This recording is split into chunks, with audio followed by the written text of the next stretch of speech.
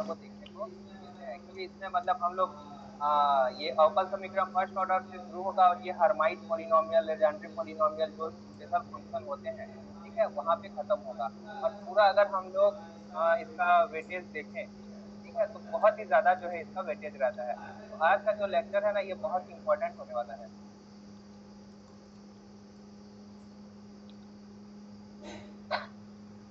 अवकल समीकरण क्या होते हैं आप लोग जानते हैं? ऐसा समीकरण जिसमें परतंत्र चर का स्वतंत्र चर के सापेक्ष जो है वो अवकलज होता है। dy बाई डी एक्स, ठीक है, ये सब अगर उपस्थित हो, हम लोग का क्या होता है, dy by D X, D two Y by D X का स्क्वायर, जहाँ पे हम लोग y को बोलते हैं डिपेंडेंट वेरिएबल, ठीक है, या परतंत्र चर, ठीक है, इसको परतंत्र चर या डिपेंडेंट वेरिएबल बोलते बोलते हैं। और जो एक्स होता है ये हम लोग का इंडिपेंडेंट या स्वतंत्र स्वतंत्र चर जो है वो होता है, ठीक है। तो जिसमें ये होता है उसको हम लोग बोलते हैं अवकल समीकरण। अवकल समीकरण दो प्रकार के होते हैं, एक होता है सामान्य अवकल समीकरण और एक होता है हम लोग का आंशिक अवकल समीकरण। इसे हम लोग बोलते हैं ऑर्डिनरी डिफरेंशियल इक्वेशन, और आंशिक अवकल समीकरण को हम लोग बोलते हैं पार्शियल डिफरेंशियल इक्वेशन, ठीक है। अवकल समीकरण की कोटि। अवकल समीकरण में कुछ इंपॉर्टेंट चीजें देखो। अवकल समीकरण की कोटि, ठीक है, ऑर्डर और order of differential equation, differential equation. तो किसी अवकल समीकरण का कोटि क्या होता है? जो भी डिफरेंशियल इक्वेशन होगा, ठीक है, उसमें जो सबसे हायर ऑर्डर का उच्चतम कोटि का जो अवकलज होगा, ठीक है, उसकी कोटि। जैसे किसी डिफरेंशियल इक्वेशन में हम लोग का dy बाई डी एक्स है, D two Y by D X है, ठीक है, तो हायर कोटि वाला कौन सा है? D two Y by D x. तो ये जो D two Y by D X है, इसे ये कौन से कोटि का है? दो कोटि का है, ठीक है। तो जो डिफरेंशियल इक्वेशन का जो कोटि हो जाएगा, ठीक है, जो ऑर्डर हो जाएगा वो क्या हो जाएगा? टू हो जाएगा, ठीक है। इससे रिलेटेड एक क्वेश्चन जो है वो पूछा था, दो नहीं मतलब एक क्वेश्चन है उपकार का है, 214 नंबर का।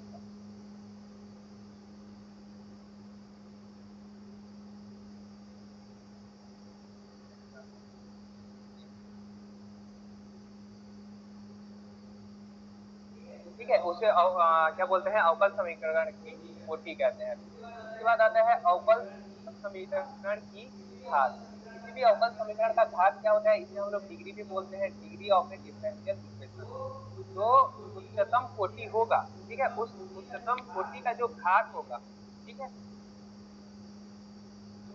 जो उच्चतम कोटि का घात होता है उसे हम लोग बोलते हैं डिफरेंशियल इक्वेशन का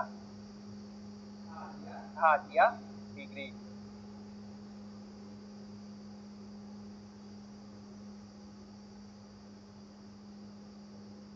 ये दो चीजें समझ में आया कि अवकल समीकरण का जो है घात या अवकल समीकरण का जो कोटि है वो क्या होगा। जैसे कि हम लोग जो है कुछ डिफरेंशियल इक्वेशन देखते हैं।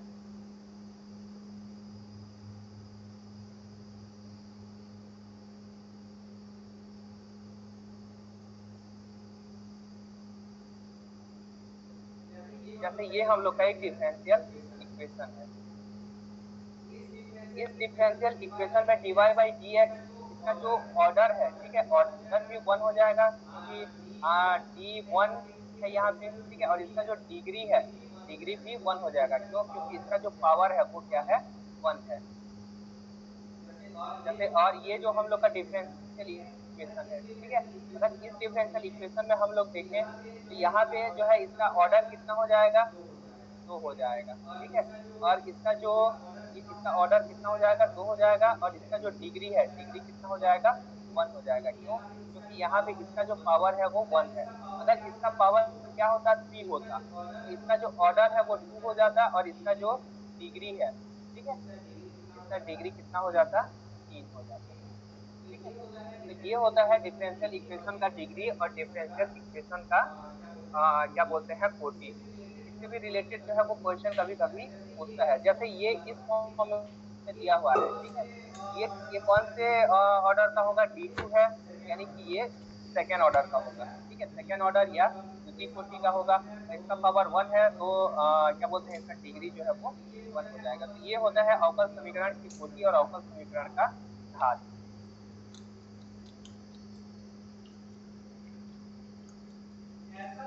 ऐसा रैखिक अवकल समीकरण जिसका घात 1 हो, जिसका क्या बोलते हैं डिग्री या जिसका पावर जो है वो 1 हो, इसे हम लोग बोलते हैं लीनियर।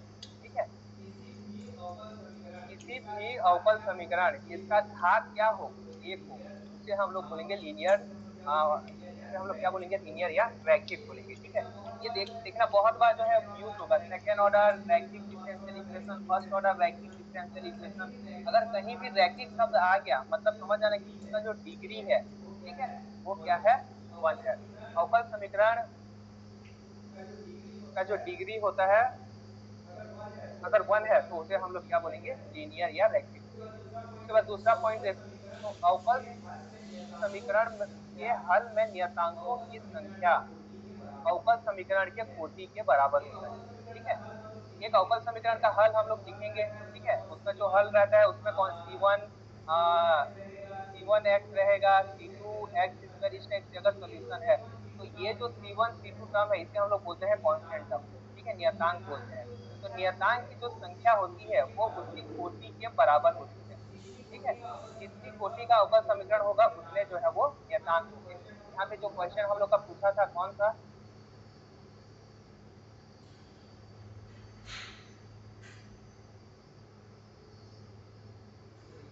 ये देखो क्वेश्चन जो है वो 214 देखो, इसमें क्या पूछा है, the degree of differential equation representing the family of curve.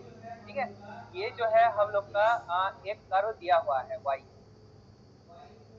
y equal to क्या है, सी एक्स प्लस, ये मतलब कोई कांस्टेंट ही है C1 का क्यूब, ये इस टाइप से जो है दिया हुआ है। सबसे पहले ये यहाँ पे जो हम लोग का कितने कांस्टेंट है, नंबर ऑफ कांस्टेंट कितने हैं, कितने नियतांक हैं, 2 नियतांक है। ठीक है, अगर इसका ऑर्डर पूछता, यहाँ पे क्या पूछा है, डिग्री पूछा है, इसका ऑर्डर अगर पूछता तो इसका ऑर्डर होता हम लोग का कितना हो जाता, 2 हो जाता। ठीक है, लेकिन यहाँ पे क्या पूछा है, डिग्री। तो ये जो सोल्यूशन होता है, ठीक है, ये नॉर्मल सोल्यूशन होता है। ठीक है, मतलब अगर जैसे हायर डिग्री का जो रहता है उसका सोल्यूशन अलग टाइप का आता है। तो अगर इसका ये सॉल्यूशन जो है हम लोग को इस तरह से मिला है, यहाँ x का पावर जो है वो 1 है। ठीक है, इसमें बहुत सारी चीजें देखते हैं, बस ये याद रखना कि अगर इसका ये नॉर्मल है, ठीक है, तो ये उसका जो घात होगा, पावर होगा, वो क्या होगा, 1 होगा। ठीक है, इस तरह से क्वेश्चन सॉल्व किया जाता है। जैसे ये है, इसका जो डिग्री होगा वो 2 होगा। ये जो डिफरेंशियल इक्वेशन है, इस डिफरेंशियल इक्वेशन का डिग्री सॉरी ऑर्डर जो है वो 2 होगा। इसका ऑर्डर कितना हो जाएगा, 2 हो जाएगा। ठीक है, ये जो डिफरेंशियल इक्वेशन है इसका ऑर्डर कितना हो जाएगा, ये भी, ये इसका ऑर्डर 4 हो जाएगा, इसका ऑर्डर 3 हो जाएगा। ठीक है, ये D3 है तो इसका ऑर्डर 3 हो जाएगा, ये D4 है तो इसका ऑर्डर जो है वो 4 हो जाएगा। तो इस तरह से किसी भी अवकल समीकरण का जो है वो डिग्री और 4 क्या बोलते हैं, घात जो है वो निकालेंगे। और डिग्री के केस में याद रखेंगे कि अगर डिग्री 1 है तो उसे हम लोग बोलेंगे लीनियर डिफरेंशियल इक्वेशन, और अगर इसे हम लोग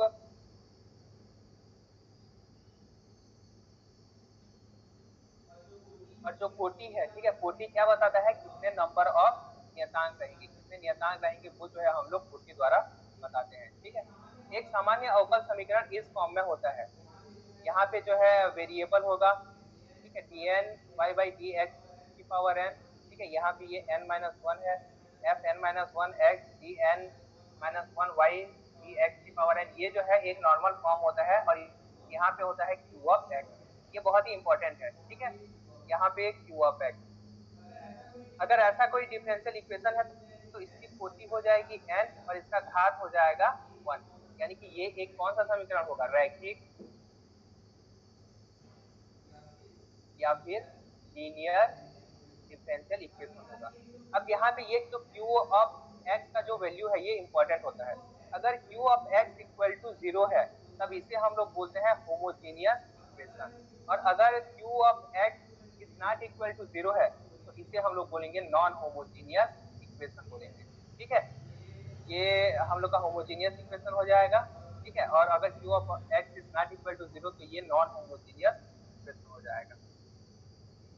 इससे रिलेटेड एक क्वेश्चन देखो 2000 मतलब 215, ये वाला जो क्वेश्चन है,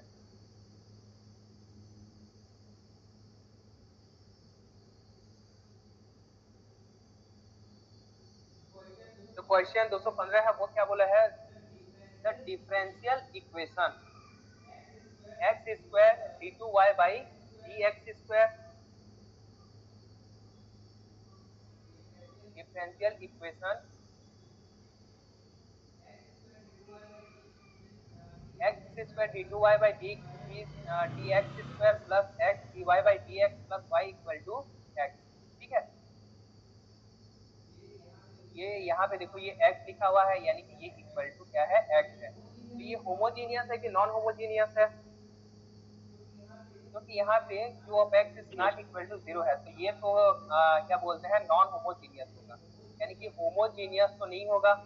ठीक है, ये दोनों ऑप्शन जो है वो नहीं हो सकता।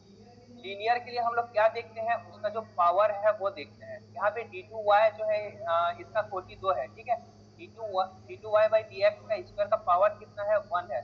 तो अगर किसी का भी जो पावर है, घात है या डिग्री 1 होता है तो इसे हम लोग क्या बोलते हैं, लीनियर बोलते हैं। ठीक है, तो 215 का क्या हो जाएगा, लीनियर डिफरेंशियल इक्वेशन हो जाएगा।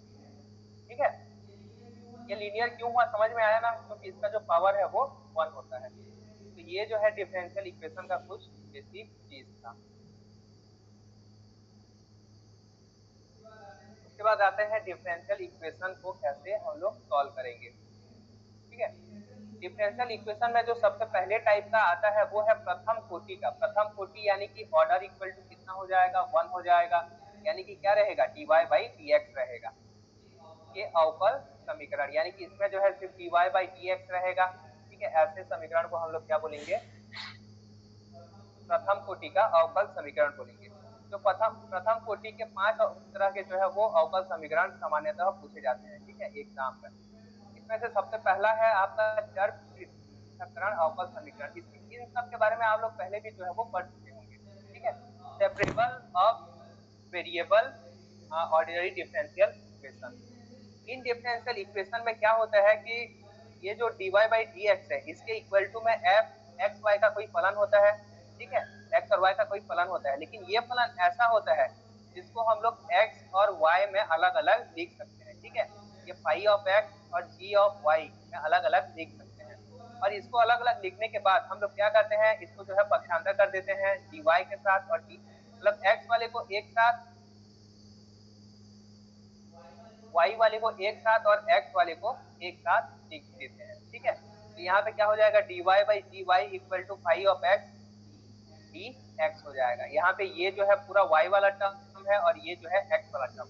अगर किसी डिफरेंशियल इक्वेशन को हम लोग इस तरह से लिख पा रहे हैं कि y के साथ सिर्फ और सिर्फ y का फंक्शन होगा और dx के साथ सिर्फ और सिर्फ x का फंक्शन होगा, तो इसे हम लोग बोलते हैं चर पृथक्करण समीकरण या सेपरेबल इक्वेशन बोलते हैं, सेपरेबल डिफरेंशियल इक्वेशन बोलते हैं। जैसे इसका एग्जांपल दिया हुआ है U31।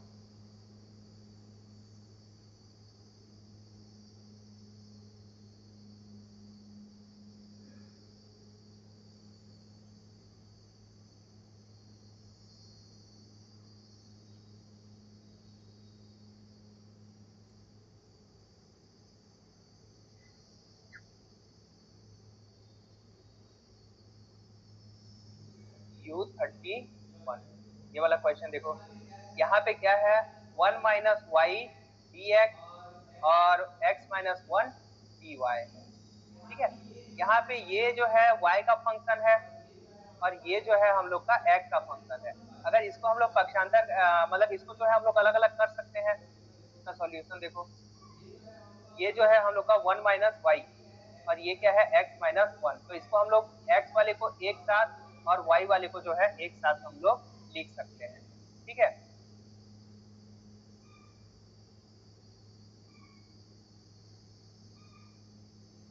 इसमें ये x वाले को एक साथ और y वाले को एक साथ देख सकते हैं। तो हम लोगों ने यहाँ पक्षांतर कर दिया, इसको यहाँ पक्षांतर कर दिया। तो ये जो है पूरी तरह से x का हो गया और ये पूरी तरह से y का। तो इस टाइप का जो डिफरेंशियल इक्वेशन रहता है उसे हम लोग बोलते हैं सेपरेबल ऑफ वेरिएबल। और एक बार वेरिएबल को जो है वो सेपरेट करने के बाद, वेरिएबल को अलग अलग करने के बाद हम लोग उसका समाकलन कर देते हैं। ठीक है, इसका समाकलन कर देंगे और ये इसका समाकलन कर देंगे। x माइनस वन का जो समाकलन होगा वो होगा, क्योंकि हम लोग का जो integration of one upon X dx क्या होता है, log x होता है। ठीक है, integration of one upon X dx equal to क्या हो जाएगा, log x हो जाएगा। तो इसी से ये क्या आ जाएगा हम लोग का ln of x minus one आ जाएगा, और ये जो है minus log y minus one आ जाएगा। और इसको जब हम लोग सिंप्लीफाई करेंगे, ये आप लोग सिंप्लीफाई करके देखिएगा, तो जब हम लोग सिंप्लीफाई करेंगे तो ये जो है हम लोग का आंसर आ जाएगा। इसका जो आंसर है वो बी होगा। तो इस टाइप से जो है वो separable of variable differential equation को हम लोग सॉल्व करते हैं। ठीक है, उसके बाद U36 जो है ये भी हम लोग का सेपरेबल ऑफ वेरिएबल है। क्यों? क्योंकि यहाँ पे ये sec y है और ये जो है tan x है। तो ये sec y को dy के साथ और tan x को dx के साथ लिख लेंगे। ठीक है, इस टाइप का जो डिफरेंशियल इक्वेशन होता है इसे हम लोग बोलते हैं सेपरेबल ऑफ वेरिएबल। ये सब क्वेश्चन जो है आप लोग घर में बना के देखिएगा। ठीक है, अभी इसमें जो है बहुत ज्यादा डिटेल में नहीं जाएंगे। और यहाँ पे ये U71 और U74 ये भी जो है सेपरेबल ऑफ वेरिएबल का एग्जाम्पल है। उसके बाद आता है होमोजीनियस डिफरेंशियल इक्वेशन। दूसरा टाइप का जो डिफरेंशियल इक्वेशन है ये होमोजीनियस डिफरेंशियल इक्वेशन है। अगर होमोजीनियस डिफरेंशियल इक्वेशन में किस फॉर्म में होगा, ये इस फॉर्म में होगा। ठीक है, dy by dx equal to f of xy और phi ऑफ xy के फॉर्म में होगा। जहाँ पे ये f ऑफ xy और phi ऑफ xy का जो घात है, ठीक है, में x और y का जो घात है वो क्या होगा, बराबर होगा।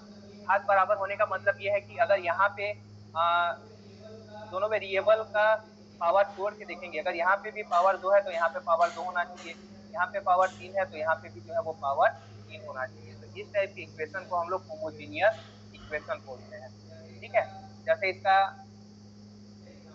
एग्जांपल देख लो U37। ये ये जो है हम लोग का होमोजीनियस डिफरेंशियल इक्वेशन है। होमोजीनियस क्यों है? क्योंकि यहाँ पे x का जो पावर है वो 1 है, y का पावर क्या है, 1 है। नीचे भी अगर हम लोग देखें तो x का पावर 1 है और y का पावर भी 1 है, और सभी का पावर यहाँ पे जितने भी टर्म होंगे, ठीक है, सभी का जो पावर है वो क्या बोलना चाहिए, 1 ही होना चाहिए। ये होमोजीनियस होगा क्या? 32 वाला होमोजीनियस होगा क्या? नहीं होगा। क्यों नहीं होगा? क्योंकि यहाँ पे x का पावर 1 है, यहाँ x का पावर 1 है, यहाँ 1 है, यहाँ 1 है, लेकिन इसके साथ क्या है, x का पावर 0 है। ठीक है, तो सभी जगह 1 नहीं है, तो ये जो है होमोजीनियस नहीं होगा। ठीक है, ये वाला इक्वेशन ये भी जो है वो होमोजीनियस नहीं होगा। होमोजीनियस इक्वेशन में सभी जितने भी टर्म होंगे सभी में जो है वो x और y का पावर इक्वल रहना चाहिए। इस टाइप की इक्वेशन को हम लोग बोलते हैं होमोजीनियस इक्वेशन। ठीक है, होमोजीनियस डिफरेंशियल, इसका आंसर क्या हो जाएगा, ये जो है होमोजीनियस डिफरेंशियल इक्वेशन होता है। देखो, होमोजीनियस डिफरेंशियल इक्वेशन से अगर क्वेश्चन पूछेगा तो इसका टाइप से ही क्वेश्चन पूछेगा। ठीक है, क्योंकि इसका जो सॉल्यूशन होता है वो बहुत ही लेंथी होता है। इसका सॉल्यूशन हम लोग कैसे करते हैं, इसका सॉल्यूशन करने के लिए हम लोग क्या करते हैं, y की जगह vx रख देते हैं। ठीक है, और इसको जब और dy by dx की जगह v plus x dv by dx रख देते हैं, तो ये जो है चर पृथक्करण या रैखिक अवकल समीकरण में परिवर्तित हो जाता है। ठीक है, और फिर उसको हम लोग हल कर लेते हैं। तो इसका जो सॉल्यूशन होता है वो बहुत ही ज्यादा लेंथी होता है। ठीक है, अगर इससे क्वेश्चन पूछता है तो इसका टाइप वगैरह से ही जो है वो क्वेश्चन पूछेगा।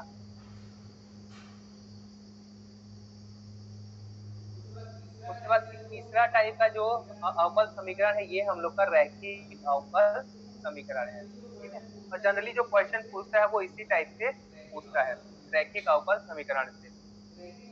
रैखिक अवकल समीकरण क्या होता है हम लोग का, ये बहुत इंपॉर्टेंट है।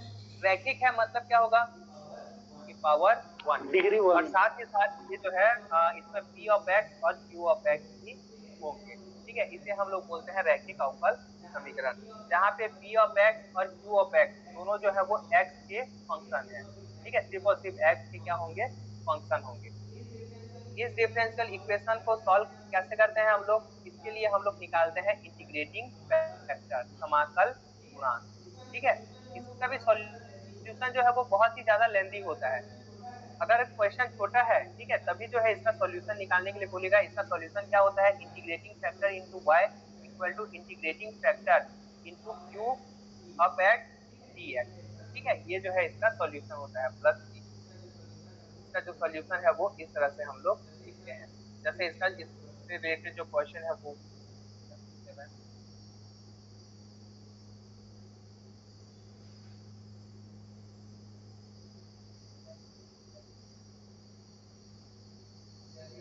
जैसे कि ये हम लोग का जो डिफरेंशियल इक्वेशन है 73।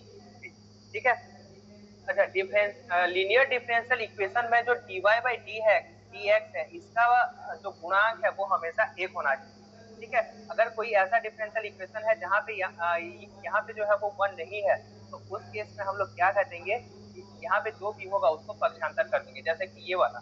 ठीक है, ये जो डिफरेंशियल इक्वेशन है, यहाँ पे cos स्क्वायर एक्स है, तो ये जो है स्टैंडर्ड फॉर्म में नहीं है। इसको क्या करना पड़ेगा, हम लोग को जो है वो पक्षांतर करना पड़ेगा। ठीक है,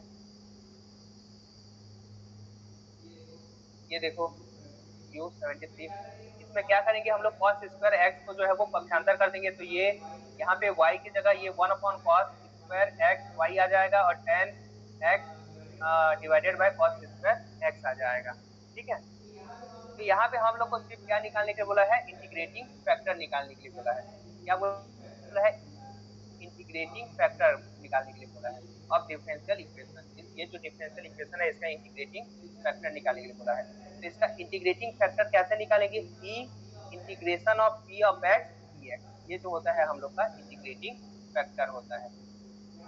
यहाँ पे ये जो है क्या है, 1/cos स्क्वायर एक्स को हम लोग sec स्क्वायर एक्स भी लिख सकते हैं, और sec स्क्वायर एक्स का जो समाकलन होता है वो tan एक्स होता है। ठीक है, तो इसका जो इंटीग्रेटिंग फैक्टर है वो क्या आ जाएगा, e की पावर tan एक्स आ जाएगा। इसका जो इंटीग्रेटिंग फैक्टर है वो e की पावर tan एक्स आ जाएगा। इस टाइप से जो है वो क्वेश्चन को सॉल्व किया जाता है। तो ये मतलब इंटीग्रेटिंग फैक्टर था, इसका सॉल्यूशन तो और लेंथी होता है, इससे भी जो है वो सॉल्यूशन निकालने के लिए नहीं पूछेगा।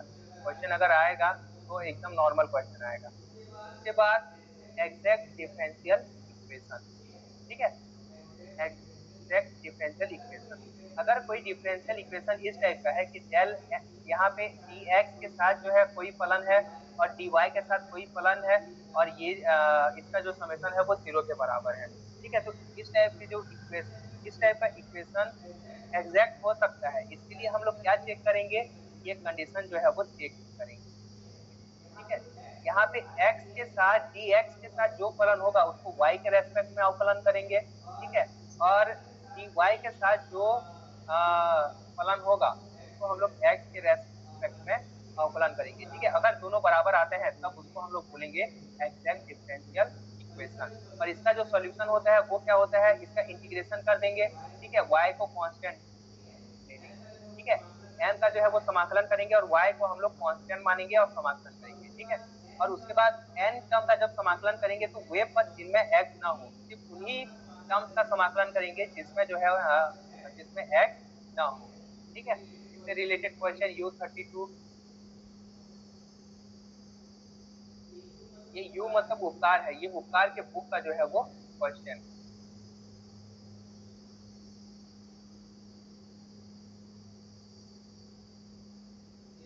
ये देखो 32, which of the following is an exact differential equation बोल रहा है, इसमें से जो एग्जैक्ट डिफरेंशियल इक्वेशन है वो क्या है, ये हम लोग को निकालना है। कैसे निकालेंगे, ये देखो एग्जैक्ट डिफरेंशियल इक्वेशन हम लोग का इस टाइप का होता है। ठीक है, और इसके लिए क्या कंडीशन सेटिस्फाई होना चाहिए, del M by del Y equal to del N by del X, ये जो कंडीशन है वो सेटिस्फाई होना चाहिए। तो इसके लिए अगर पहले वाले इक्वेशन के लिए अगर हम लोग क्या निकालें, del M by del Y निकालें, ये एम है, अगर इसको y के रेस्पेक्ट में अवकलन करें तो क्या आ जाएगा, -1 आ जाएगा। अगर इसको हम लोग x के रेस्पेक्ट में अवकलन करें तो क्या आ जाएगा, -1 आ जाएगा। यानी कि del m by del Y भी -1 आया और del N by del X भी जो है वो -1 आया, दोनों इक्वल है, यानी कि ये जो है हम लोग का एग्जैक्ट डिफरेंशियल इक्वेशन होगा। जबकि ऑप्शन बी के केस में ये इस टाइप से आएगा, ठीक है, ये दोनों इक्वल नहीं है तो ये जो है नॉट एग्जैक्ट, ये तो ऐसे नहीं होगा, ठीक है, ये जो है वो नॉट एग्जैक्ट। तो इस टाइप से जो है वो एग्जैक्ट कंडीशन जो है हम लोग चेक करते हैं, ठीक है। और इसके U35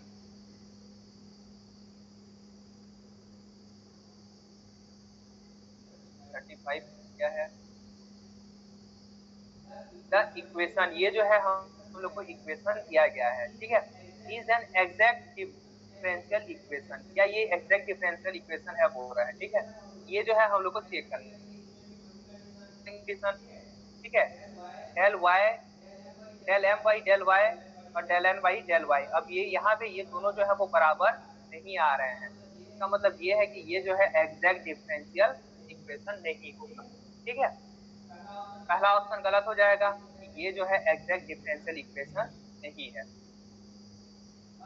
अब क्या बोल रहा है, is not an exact differential equation but it will be exact equation when multiplied by x. देखो, जो इक्वेशन ना एग्जैक्ट नहीं होता उसमें कभी कभी कुछ गुणांक गुणा करने पर वो जो है एग्जैक्ट बन जाता है, जैसे इस केस में अगर हम लोग यहाँ पे जो है वो एक्स का मल्टीप्लाई कर देते हैं, ठीक है, यहाँ पे नहीं, ये यहाँ पे अगर हम लोग एक्स का मल्टीप्लाई कर देते हैं तब जो है यहाँ पे क्या आ जाएगा, देखो ये n की जगह 3x स्क्वायर, यहाँ पे जो है 3x था, यहाँ पे 3x स्क्वायर वाई स्क्वायर प्लस 2yx आ जाएगा।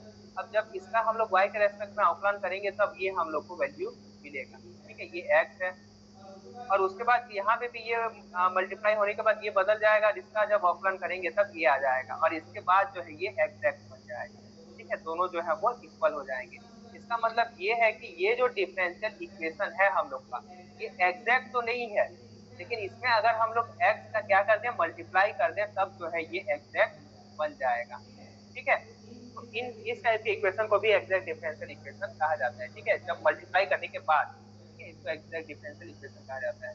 तो ये क्या हो जाएगा, is not exact differential equation but it will be an exact differential equation, मतलब ये जो है एग्जैक्ट डिफरेंशियल इक्वेशन बन जाएगा जब इसमें हम लोग क्या कर देंगे, x का मल्टीप्लाई कर देंगे, ठीक है। तो ये ऑप्शन जो है वो सही हो जाएगा, ये ऑप्शन जो है गलत और ये ऑप्शन गलत, ये होता है एग्जैक्ट डिफरेंशियल इक्वेशन। उसके बाद आता है बर्नौली का समीकरण, ये बस आप लोग याद रखेंगे, ये ऐसे बहुत ज्यादा इंपॉर्टेंट नहीं है, लेकिन अगर ये लीनियर टाइप का दिखेगा d2y/dx q px y equal to qx, अगर यहाँ पे y की पावर n एक्स्ट्रा टर्म आ गया, जब हम लोग लीनियर डिफरेंशियल इक्वेशन पढ़े थे तब यहाँ पे क्या था, ये सिर्फ और सिर्फ x का फलन था, ठीक है, q ऑफ x जो है x का फलन था। लेकिन यहाँ पे क्या आ गया है, ये x के फलन के साथ जो है वो y की पावर n भी आ गया है, ठीक है। इस टाइप का जो समीकरण है ये क्या होता है, रिड्यूसेबल होता है, मतलब इसको जो है हम लोग लीनियर डिफरेंशियल इक्वेशन, रैखिक लीनियर डिफरेंशियल इक्वेशन में जो है वो बदल सकते हैं, ठीक है। इसके लिए हम लोग को क्या करना पड़ेगा, ये हम लोग जो है यहाँ पे ही एक वेरिएबल लेते हैं और इसका जो वैल्यू है वो क्या होता है, y की पावर 1 माइनस n या 1/y y की पावर n-1, यह अवकल समीकरण निम्न रूप में रूपांतरित हो जाता है। जब ये वैल्यू रख देंगे तब ये जो अवकल समीकरण है ये हम लोग का 1/1 minus n dv/dx plus dx भी इक्वल टू qx में जो है वो बदल जाएगा, और ये जो है हम लोग का लीनियर डिफरेंशियल इक्वेशन है, ठीक है, जो कि प्रथम कोटि का रैखिक अवकल समीकरण है, ठीक है। तो फर्स्ट ऑर्डर डिफरेंशियल इक्वेशन में इतना ही था। उसके बाद आता है हम लोग का सेकेंड ऑर्डर, क्या बोलते हैं, second order linear homogeneous ordinary differential equation with constant coefficient. जो सेकेंड ऑर्डर, ठीक है,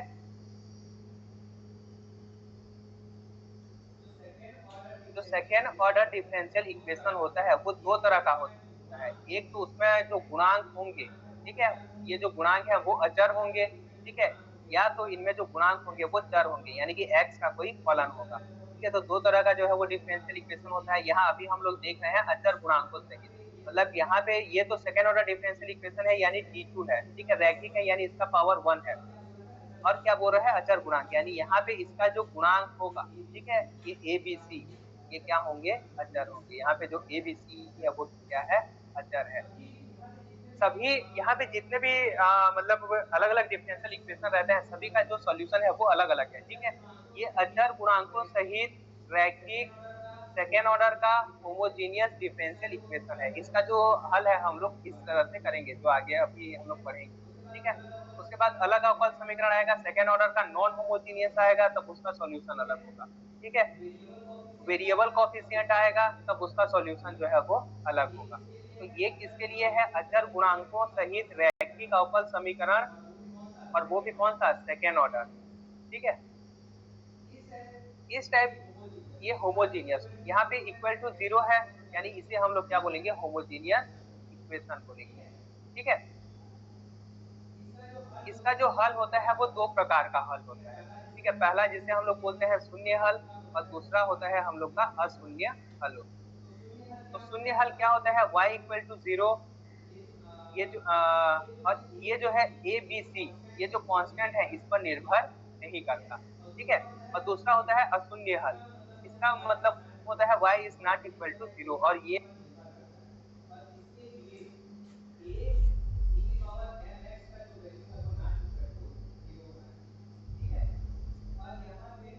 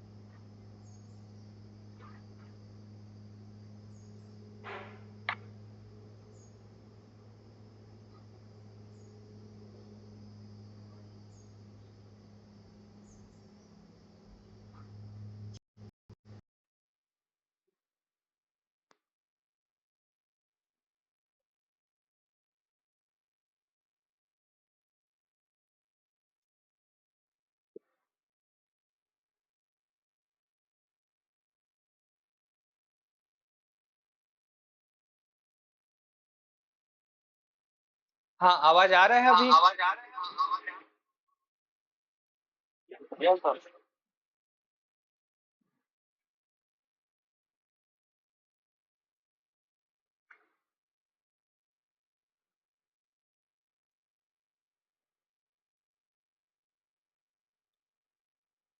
ठीक है, इस टाइप का जो डिफरेंशियल इक्वेशन होता है ये दो तरह का हल रखता है, एक शून्य हल और एक अशून्य हल। शून्य हल यानी कि y इक्वल टू जीरो, और ये जो है ए बी सी पर निर्भर नहीं करता। और अशून्य हल क्या होता है, y is not equal to zero.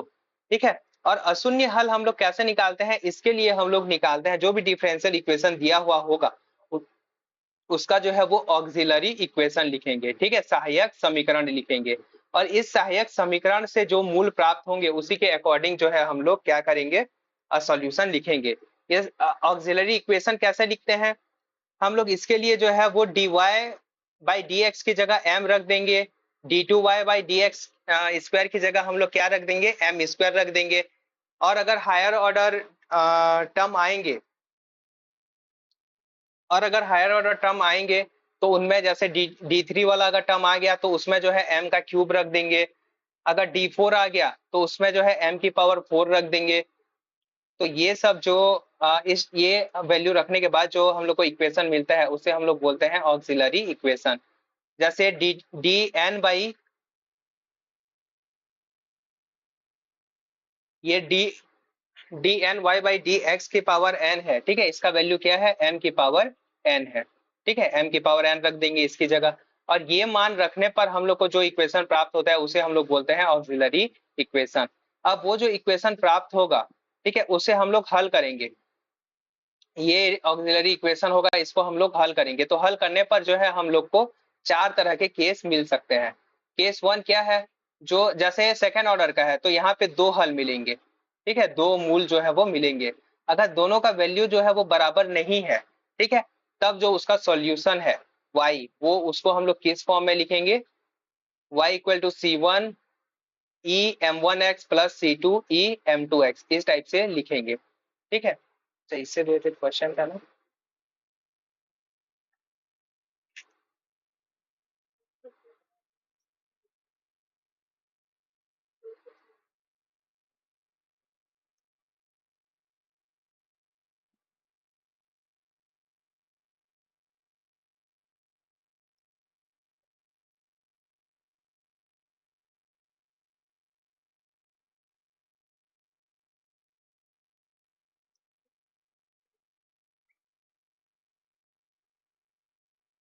देखो जैसे कि ये हम लोग का इक्वेशन है, ठीक है,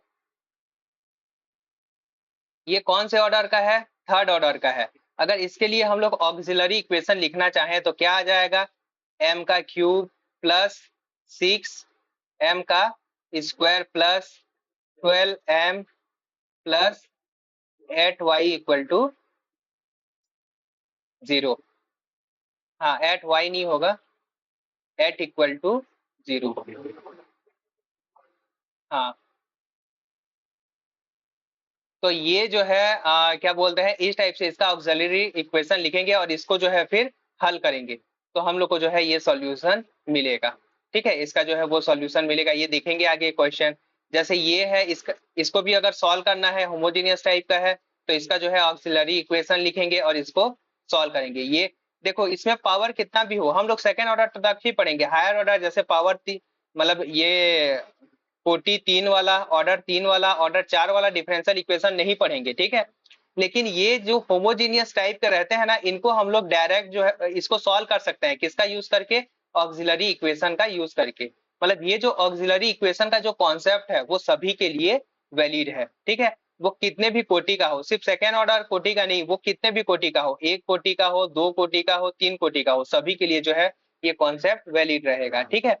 और इसमें हम लोग सॉल्यूशन कैसे लिखेंगे, सॉल्यूशन जो है समीकरण को हल करने के बाद जो मूल मिलेंगे, ठीक है, उस मूल के आधार पर जो है हम लोग समीकरण को लिखेंगे। जैसे कि जिससे कि ये है, अगर m दो जो मूल मिलेंगे हम लोग को, ठीक है, वो बराबर नहीं है, तब उसका जो सोल्यूशन है वो क्या आ जाएगा, y equal to c1 m1x plus c2 m2x, जहाँ पे c1 एक कांस्टेंट है और c2 क्या है, एक कांस्टेंट है। यहाँ पे e के पावर m1x और e के पावर m2x। जैसे इससे रिलेटेड जो क्वेश्चन है वो 72,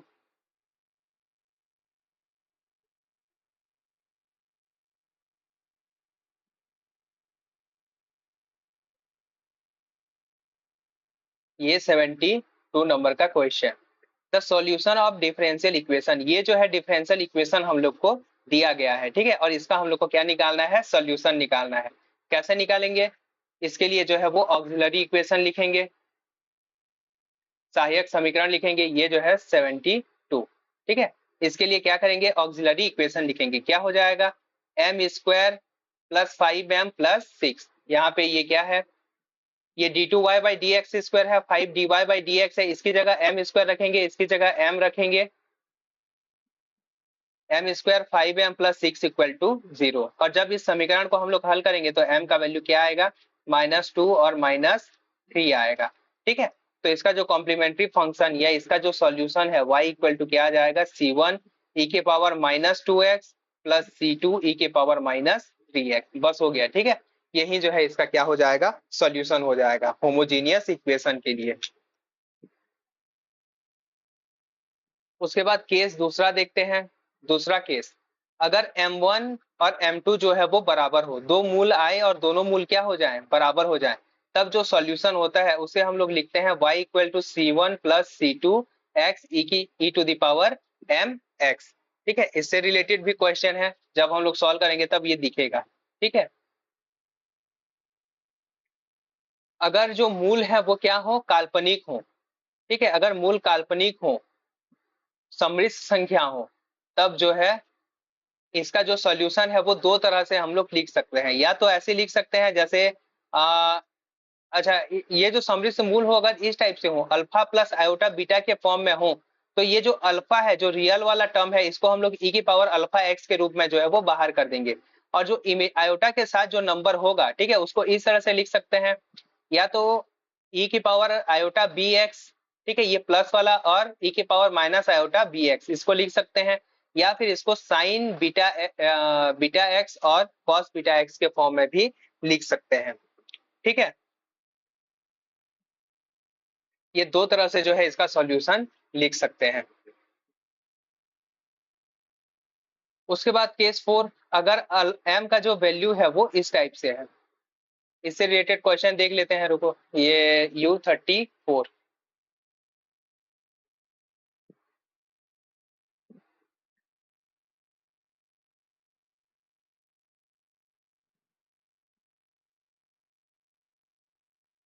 U34, ये इस डिफरेंशियल इक्वेशन का जो है हम लोग को सोल्यूशन निकालना है। डिफरेंशियल इक्वेशन क्या है, d2y by D X square plus 16y equal to 0, ये जो है हम लोग का डिफरेंशियल इक्वेशन है।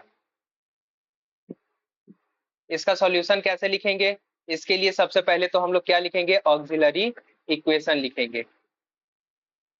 इसके लिए ऑक्सिलरी इक्वेशन क्या हो जाएगा, m की पावर 2 प्लस 16, ये जो है इक्वल टू 0, ये जो है हम लोग का ऑक्सिलरी इक्वेशन हो जाएगा। इसको सॉल्व करेंगे तो ये क्या आएगा, m का जो वैल्यू है वो प्लस माइनस आयोटा 4 आ जाएगा। ठीक है, यहाँ पे जो अल्फा है उसका वैल्यू क्या हो जाएगा, 0 हो जाएगा। ठीक है, रियल वाला नहीं है, ये प्योर इमेजरी है, तो ये क्या आ जाएगा, प्लस माइनस आयोटा 4 आ जाएगा।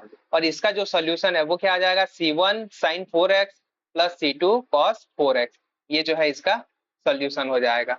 ठीक है, तो इस टाइप के जो है क्वेश्चन वो पूछे जाएंगे। ठीक है, एक चौथा केस भी है, लेकिन ये इतना इंपॉर्टेंट नहीं है। अगर ये आयोटा ना आके सिर्फ ऐसा अंडर रूट वाला कोई टर्म आता है, तो ये जो है हम लोग का कॉस हाइपर के टर्म में लिखते हैं इसको। ठीक है, यहाँ पे बीटा भी रहेगा, ये इसका जो सॉल्यूशन है उसको कॉस हाइपर, यहाँ पे कॉस हाइपर और साइन हाइपर के टर्म में लिखते हैं। यहाँ पे जो है वो साइन और कॉस के टर्म में लिखते हैं ना, यहाँ पे जो है वो कॉस हाइपर और साइन हाइपर के टर्म में लिखते हैं। अवकल समीकरण को हल कैसे करेंगे, हल करने का जो सबसे पहला स्टेप है, इसके लिए ऑक्सिलरी इक्वेशन लिखेंगे। ठीक है, दूसरा स्टेप, इसको सॉल्व करके इसका जो मूल है वो ज्ञात कर लेंगे। और तीसरा स्टेप, जो मूल है, इस मूल के आधार पर जो ऊपर में हम लोग 3-4 केस पढ़े हैं, ठीक है, इसको इस हिसाब से जो है वो इसका सॉल्यूशन लिख लेंगे। तो ये होता है हम लोग का second order homogeneous differential equation with constant coefficient. इसमें जो है यही बस इतना ही है। उसके बाद आता है नॉन होमोजीनियस। अभी हम लोग जो पढ़ रहे थे वो क्या था, होमोजीनियस डिफरेंशियल इक्वेशन था। अब जो हम लोग पढ़ेंगे ये क्या है, नॉन होमोजीनियस डिफरेंशियल इक्वेशन है। ठीक है, ये जो है इस टाइप से दिखेगा, ये d2y by D X B D Y by D X plus C Y equal to F of X. यहाँ पे जो है एक फलन होगा एफ ऑफ एक्स, और ये जो फलन है केवल x का फलन होगा, यहाँ पे y वाला टर्म नहीं होगा, सिर्फ और सिर्फ किसका फलन होगा, ये x का फलन होगा। तब जो है ये डिफरेंशियल इक्वेशन हम लोग का इस कोटि में आएगा। अब इसका सॉल्यूशन कैसे लिखेंगे, इसका जो सॉल्यूशन y होता है, इसमें दो चीजें होती हैं, एक तो कॉम्प्लीमेंट्री फंक्शन, ठीक है, जो ऑक्सिलरी इक्वेशन से हम लोग निकालते हैं, और दूसरा होता है पार्टिकुलर इंटीग्रल। ठीक है, यहाँ पे हम लोग दो चीजें निकालेंगे, एक तो कॉम्प्लीमेंट्री फंक्शन निकालेंगे और एक जो है पार्टिकुलर इंटीग्रल निकालेंगे। कॉम्प्लीमेंट्री फंक्शन क्या होता है, कॉम्प्लीमेंट्री फंक्शन वो फंक्शन होता है जिस जब हम लोग एफ ऑफ एक्स को इक्वल टू 0, जब एफ ऑफ एक्स का वैल्यू 0, ये जो एफ ऑफ एक्स है, ठीक है, इस एफ ऑफ एक्स का वैल्यू हम लोग क्या रख देंगे, 0 रख देंगे। ठीक है, और एफ ऑफ एक्स का वैल्यू 0 रखने के बाद जो सॉल्यूशन होगा, एफ ऑफ एक्स का वैल्यू 0 रखने के बाद जो सॉल्यूशन आएगा y, उसी को हम लोग क्या बोलेंगे, कॉम्प्लीमेंट्री फंक्शन बोलेंगे। ठीक है, पार्टिकुलर इंटीग्रल क्या होता है? डिफरेंशियल इक्वेशन का सॉल्यूशन किसके साथ? एफ ऑफ एक्स के साथ, ठीक है। इसे हम लोग बोलते हैं पार्टिकुलर इंटीग्रल बोलते हैं, ठीक है।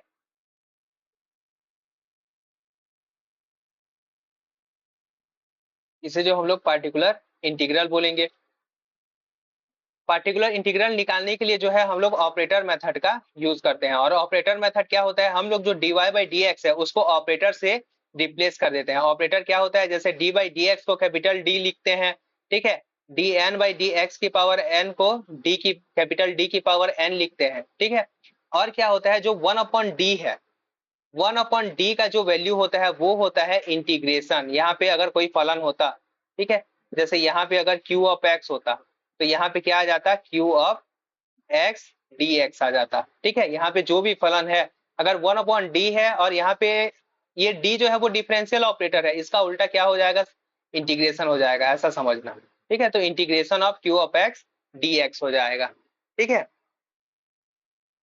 अगर इस टाइप का कोई फलन है तो ये नीचे आ जाएगा, ठीक है, और y जो है इसका सॉल्यूशन हो जाएगा। इसी मेथड का हम लोग यूज करते हैं। और एक चीज याद रखना, अगर वहां पे d की जगह d माइनस अल्फा है, ठीक है, तब ये जो है e की power alpha x integration of e की power minus alpha x Q of x d x आएगा, ठीक है।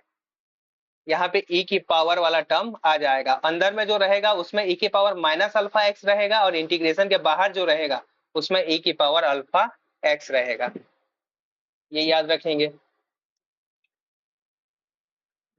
उसके बाद इसमें भी जो है हम लोग अलग अलग केस देखते हैं, ठीक है। हम लोग का पहला केस क्या है? अगर हम लोग का जो f ऑफ x का वैल्यू क्या हो? e की पावर अल्फा x हो, ठीक है। f ऑफ x जो हो वो e की पावर अल्फा x हो, तो उस केस में जो पार्टिकुलर इंटीग्रल है हम लोग किस तरह से निकालते हैं? इसका जो है पार्टिकुलर इंटीग्रल निकालने के लिए हम लोग क्या करेंगे? e की पावर अल्फा, ये जो e की पावर अल्फा एक्स और यहाँ पे जो ये f ऑफ d है, मतलब वही जो हम लोग का ऑपरेटर है, मतलब जो डिफरेंशियल इक्वेशन है, वहां पे d की जगह हम लोग क्या कर देंगे? अल्फा रख देंगे, ठीक है। यहाँ पे जो भी वैल्यू रहेगा उसको यहाँ पे d की जगह जो है वो रख देंगे, ठीक है। d इक्वल टू अल्फा रख देंगे, तो ये जो है हम लोग को सोल्यूशन मिल जाएगा। अगर d का वैल्यू अल्फा रखने के बाद ये जो वैल्यू है वो 0 हो जाता है, ठीक है। डी का वैल्यू 0 रखने के बाद अगर ये एफ ऑफ अल्फा का वैल्यू अगर 0 हो जाता है, ठीक है, तब हम लोग क्या करेंगे? पार्टिकुलर इंटीग्रल निकालने के लिए वो जो नीचे जो फलन रहेगा उसको अवकलन कर देंगे, ठीक है। या फिर इसका सीधा ये फॉर्मूला याद रखना, x upon F dash alpha हो जाएगा, ठीक है। जो भी फलन रहेगा उसका एक बार अवकलन कर देंगे डी के रेस्पेक्ट में, और फिर वहां पे जो भी आएगा उसमें जो है अल्फा रख देंगे, ठीक है। इससे रिलेटेड क्वेश्चन देख लेते हैं तब ये समझ में आएगा। और अगर जैसे ये n बार 0 हो जाता है, ठीक है, यहाँ पे d की पावर अल्फा n है, यानी कि अगर अल्फा हम लोग n बार रखेंगे, n बार इसको अवकलन करेंगे तभी ये 0 होते जाएगा। तो इस केस में जो पार्टिकुलर इंटीग्रल है वो क्या आ जाता है? x की पावर n का factorial phi of a e की पावर अल्फा a x, ठीक है। अगर phi of a is not equal to 0, ये जो है इंपॉर्टेंट है, ठीक है। इससे रिलेटेड क्वेश्चन जो है वो पूछता है। जैसे इससे रिलेटेड क्वेश्चन क्या है? U33, ये क्या पूछा है? Particular integral. पार्टिकुलर इंटीग्रल जो है वो क्या होगा? किसके लिए? इस डिफरेंशियल इक्वेशन के लिए, ठीक है। इसमें हम लोग को इसका सॉल्यूशन नहीं निकालना है, सिर्फ और सिर्फ क्या निकालना है? पार्टिकुलर इंटीग्रल, पीआई निकालना है। तो पीआई हम लोग कैसे निकालेंगे? U33, इसमें सिर्फ और सिर्फ हम लोग को क्या निकालने के लिए बोला है? पीआई निकालने के लिए बोला है। पीआई कैसे निकालते हैं? 1/FD, FD मतलब ये वाला, ये D रखने के बाद जो हम लोग को डिफरेंशियल इक्वेशन मिलेगा ये FD, ठीक है। यहाँ पे हम लोग क्या करेंगे? बस अल्फा का वैल्यू जो है वो रख देंगे। जैसे यहाँ पे ये है हम लोग का, यहाँ पे अल्फा की जगह क्या है? 2 है, तो यहाँ पे 2 जो है वो रख देंगे। D का 2 का स्क्वायर माइनस 7 इंटू 2 प्लस 6, तो ये क्या आ जाएगा? -1 की पावर 4 e की पावर 2x, तो ये जो है हम लोग का -1/4 e की पावर 2x जो है इसका आंसर हो जाएगा। तो इस टाइप से जो है ये क्वेश्चन को, इस टाइप के क्वेश्चन को जो है वो सॉल्व किया जाता है। उसके बाद ये जो है इससे रिलेटेड क्वेश्चन है U77, U78 और U213, ये जो है इससे रिलेटेड क्वेश्चन है, देख लेते हैं। U77, देखो 77 ये क्या है, ये डायरेक्ट फॉर्मूला पूछ दिया है, ठीक है, कि 5 1 अपॉन डी माइनस ए की power N E of X का जो वैल्यू है वो क्या होगा। इसका वैल्यू क्या होता है, अभी देखे थे हम लोग, एक्स की पावर एन ई की पावर अल्फा एक्स एन का फैक्टोरियल और 5 ठीक है, ये जो है इसका सोल्यूशन हो जाएगा। ये भी देखे थे, ठीक है, क्या था, 1 upon D minus A Q of x, क्या होता है इसका वैल्यू, इसका वैल्यू होता है डी ई की power alpha x integration e की power minus alpha x q x d x. तो इससे अगर क्वेश्चन पूछेगा तो इस टाइप से जो है वो फॉर्मूला बेस्ड क्वेश्चन पूछेगा। एक क्वेश्चन ये देख लो 80, ये जो है हम लोग का डिफरेंशियल इक्वेशन है, F of D Y equal to 0। तो इसका जो है ऑक्सिलरी इक्वेशन क्या हो जाएगा, ऑक्सिलरी इक्वेशन कैसे आता है, ये डी की जगह हम लोग क्या रख देते हैं, एम रख देते हैं, ठीक है, और ये y को हटा देते हैं, तब ये जो होता है हम लोग का ऑक्सिलरी इक्वेशन हो जाता है, ठीक है। तो इसका आंसर ये हो जाएगा।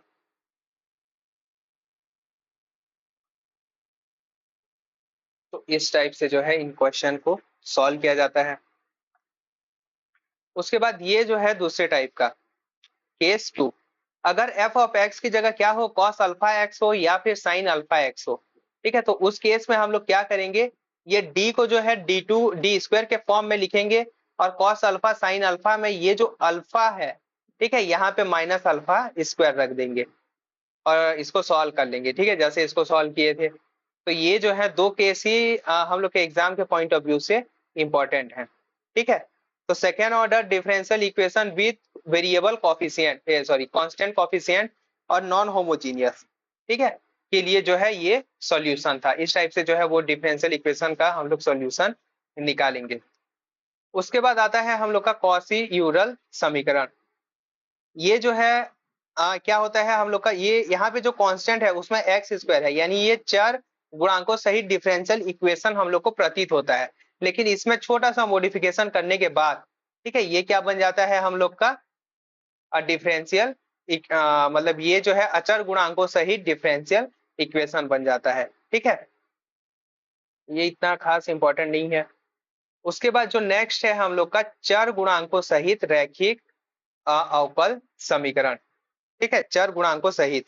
अब क्या होगा, इसमें जो गुणांक होंगे, इसमें जो क्या बोलते हैं कॉफिशिएंट होंगे, वो क्या होंगे, एक्स का फलन होंगे, ठीक है, ये a2x a1x a0x ये सभी जो है वो क्या होंगे, एक्स के फलन होंगे। तो अब मतलब यहाँ पे जो कांस्टेंट है वो क्या है, चर है, ठीक है, अचर नहीं है बल्कि क्या है, चर है।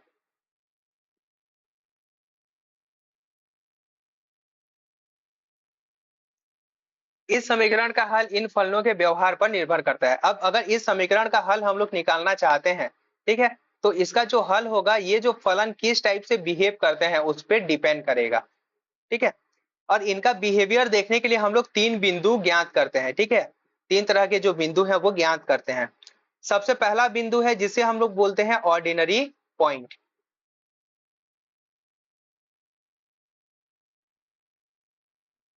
ऑर्डिनरी पॉइंट, ऑर्डिनरी पॉइंट या साधारण बिंदु क्या होता है, यहाँ पे देखो जो d2 के साथ जो कॉफिशिएंट रहेगा उसे हम लोग a2x बोलेंगे, और dy बाई dx के साथ जो कॉफिशिएंट रहेगा उसे a1x बोलेंगे, और y के साथ जो कॉफिशिएंट रहेगा इसे हम लोग a0x बोलेंगे, ठीक है।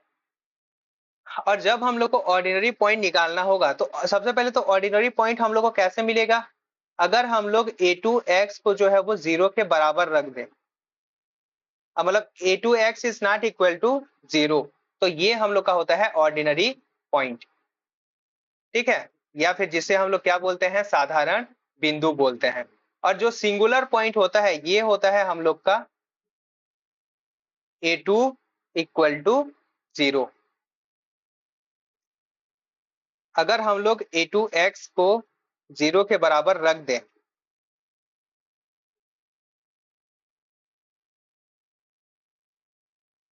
ये a2 x को अगर हम लोग किसके बराबर रख दें,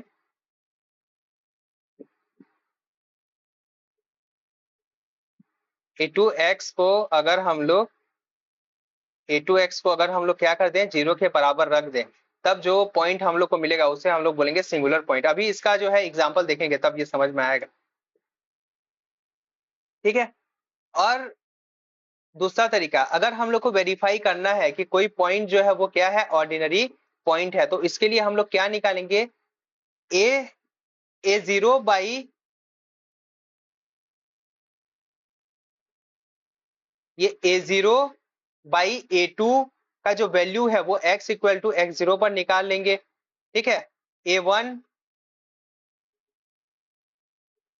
बाई a2 का जो वैल्यू है वो निकाल लेंगे, ठीक है, x इक्वल टू x0 पर। और दोनों अगर एग्जिस्ट करता है तब जो बिंदु होगा वो हम लोग का क्या होगा, साधारण बिंदु होगा। x इक्वल टू x0 एक साधारण बिंदु होगा अगर limit x tends to x0 a0 x by a2 x equal to क्या हो, डिफाइंड हो, या कोई फाइनाइट नंबर हो, ठीक है, फाइनाइट नंबर हो। और साथ ही साथ तथा ये यहाँ पे दोनों होगा, ठीक है। Limit x tends to 0 a1 x by a2 x जो है वो भी क्या हो, डिफाइंड हो, तब हम लोग उसे क्या बोलेंगे, रेगुलर पॉइंट बोलेंगे। उसके बाद आता है हम लोग का सिंगुलर पॉइंट। सिंगुलर पॉइंट में क्या होगा, ये दोनों में से कोई भी एक जो है वो विद्यमान नहीं होगा, ठीक है।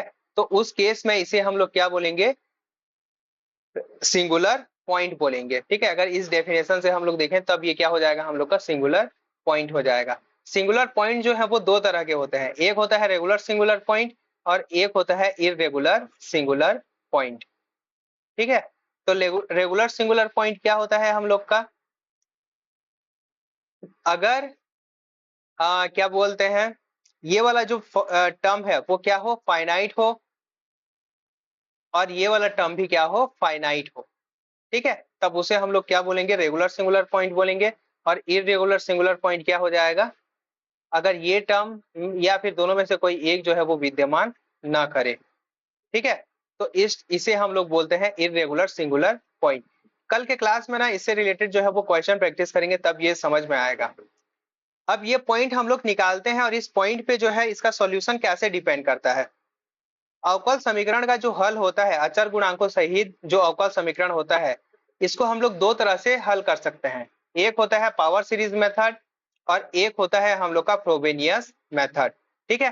तो पावर सीरीज मेथड में हम लोग उसी क्या बोलते हैं, अवकल समीकरण का हल निकाल सकते हैं जिसके लिए x इक्वल टू 0 एक क्या हो, साधारण बिंदु हो या ऑर्डिनरी पॉइंट हो, ठीक है।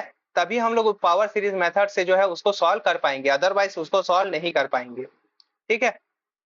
और अगर क्या बोलते हैं x equal to 0 singular point हो, लेकिन कौन कैसा सिंगुलर पॉइंट हो, रेगुलर सिंगुलर पॉइंट हो, तब उसे हम लोग फ्रोबेनियस मेथड से जो है वो सॉल्व कर पाएंगे, ठीक है। और उसका सॉल्यूशन जो है वो इस टाइप से लिखेंगे। कल जो है इसके बारे में जो है वो डिटेल में देखेंगे, ठीक है। आज थोड़ा सा इशू हो रहा है, बाकी कल जो है वो स्पेशल फंक्शन पढ़ेंगे, ठीक है, और क्वेश्चन प्रैक्टिस करेंगे, ठीक है। आज के क्लास में इतना ही, कल जो है आगे पढ़ेंगे इसका। आज बहुत डिस्टर्बेंस हो रहा है।